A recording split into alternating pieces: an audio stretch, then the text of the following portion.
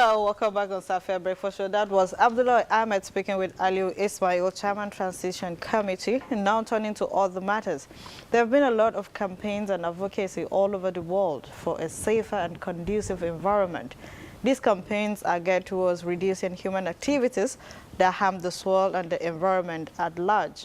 In developing countries like Nigeria, there's a need for the people to learn how to sort their waste and turn it into treasure.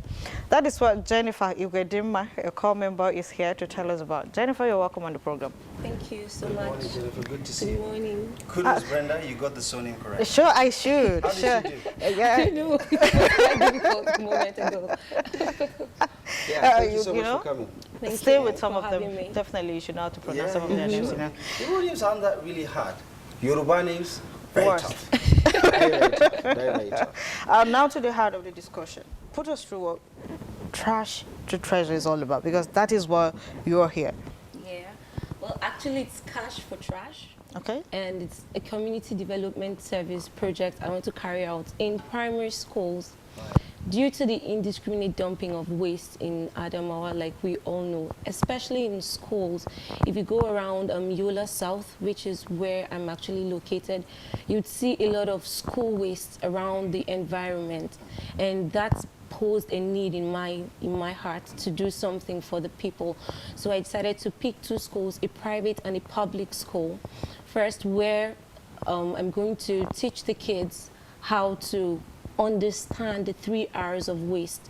Now, the 3 R's of waste basically teaches you to reduce the rate at which you generate waste. So what you don't have need for, you shouldn't even buy in the first place. For instance, you go to the market and you want to buy a lot of stuff. Instead of asking the woman to give you separate plastic bags for each stuff you want to buy, you could just get a big polythene bag, and that way, or paper bag, which is the best form of bag for carrying your shopping stuff. So basically, I teach the kids how to reduce the waste generation, and then from there, teach them how to reuse the waste that they've generated already. So instead of throwing them into the environment or burning them, you should have another use for it. The people that sell our local drinks like Zobo and Kunu are already doing a nice work. But then even after it's been sold to you, you know, it gets to a point that the plastic bottle actually gets very shrunk and you can't sell it out. Now, the idea I'm going to give the kids is they can still pick that Faro bottle that has been used for Zobo and slash it into half, pour some soil in the lower part, and plant a tree. Then the topper part can actually be used as a fetcher. So instead of just throwing it into the environment, which is going to cause more harm, they can reuse the waste that they generate. Then the final process, that's recycling. I'm going to teach the kids some skill. Say, for instance, making new papers from old papers. So it's very common in schools to have a lot of paper waste. It's very advisable for the kids to learn how to generate their own paper.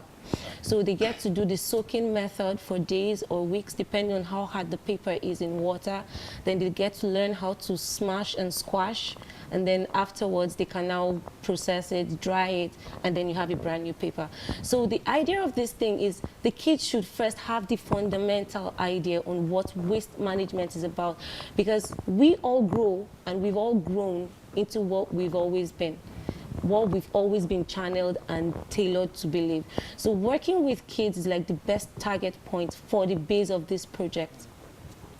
And then after that, we get to provide them with sorting sheds where they can now pick their wastes and put them into the different kinds of waste types. So for instance, the aluminium can waste generated in the school will be kept in a separate part from the paper waste, from the plastic waste, and from the glass waste. So the kids get to learn how to use and sort their waste into the different types and know where to put what. So eventually, they get to have a working system. We build them a compost pit for their biodegradable waste. Then the non-biodegradable waste are going to be put into those segments. And then over time, when the pit is filled to an appreciable quantity, they can give it out to buyers. Jennifer, credible idea you have. Thank you. Credible idea. But I am worried because the number of schools we have in Adamawa State, don't you think that's a challenge? Now you're picking just 2 schools. How do we get to other schools that are not picked?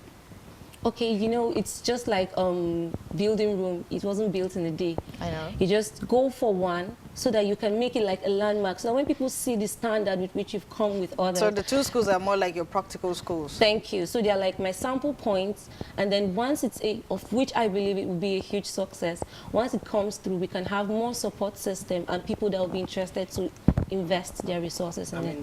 You sound passionate about it, and I think that's a very good point. Yeah, I think she likes what she's doing. Energy Yeah. going forward. Yeah, but looking at the issue at hand. I mean, clearly in the context of the global discussion about climate change, what we're doing to the environment, and how that is affecting our lives in return, cause and effect.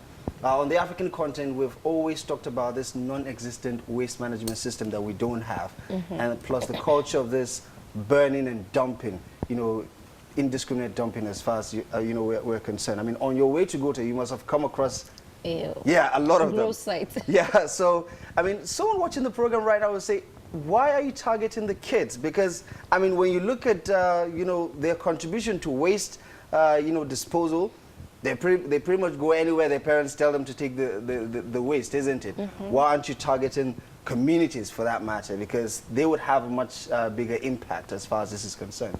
Okay, well, it depends on what you call a community. A school can also be a community. Like I stated earlier, you have kids working for this project because they have more impacts, because they grow into what they've been molded into. They said you don't teach an adult how to work in old age, but you can teach a kid to work when he's still small. So the main idea for working with kids is when they go back home, they can reach out to other kids. It's very difficult to find an adult, go online and tell people, okay, Nine Meshara. They will hardly want to do that. But a kid that knows the essence of what he or she is doing would go any length to ensure that he sells that idea to you. My nephew, for instance, would never let you move the car if you don't use your seatbelt. Now, it's something that has been inculcated in him. So I realized that working with kids is as good as building the future for tomorrow, building a sustainable environment and something that can work over plus time. They're impressionable, so I mean, you can teach them about this culture, much easily than you can with adults. Yeah. Cash4Trash. Where does the cash come in? We've been talking about trash and recycling and all of those things. Where does the cash come in? Okay, the project is going to be a very long-term one, but for the short term, the main idea is that pit that is going to be dug in the two schools, one each, is going to be separated, like I stated earlier, based on the kind of waste that is generated in the school. Now, after that pit has been filled to an appreciable quantity, the buyers are contacted. I'm working with the American University of Nigeria sustainability team, and they've really been very, very helpful with the project. So I'm going to get my buyers from them. So the bottling companies and all, people that buy waste. Now the school gets to give out their quantity of waste for money. That way, another thing, sorry, I forgot to mention is there's going to be an account opened for the school. So every trash that they've sold out, the cash coming in goes to that account for subsequent projects too. So the kids have their club, Cash4Trash club, where they make things from waste, and then they take it to the campus store or the school store and get to have people that come around to buy. I mean, nowadays we see paper bags, we see these nylon bags and mats. They're really beautiful. It's other ways of reusing waste instead of dumping them in the society. So it's actually a huge form of fundraising for the school. So in all of this project, the one that must have captivated my mind is the tree plantation, using the water bottle to plant trees. Yeah. To me, that's a wonderful idea, especially in a situation where we have environmental problem. If you look at the global warming, it's something else. And the idea of tree planting and grooming it up for every child is a way to go. And maybe we should use this project as it is from you and maybe advise the school system. Each child should have a tree in the school compound. Abdul, what do you think? Yeah, because before now, that would be a nice, maybe not necessarily just the school compound, because no, they should start from there. They should start from there. Maybe they place it 2 to 1 will be fair. Okay, well, when I was in school in University of Jos, Geography and Planning Department, my level coordinator made us to plant a tree every semester.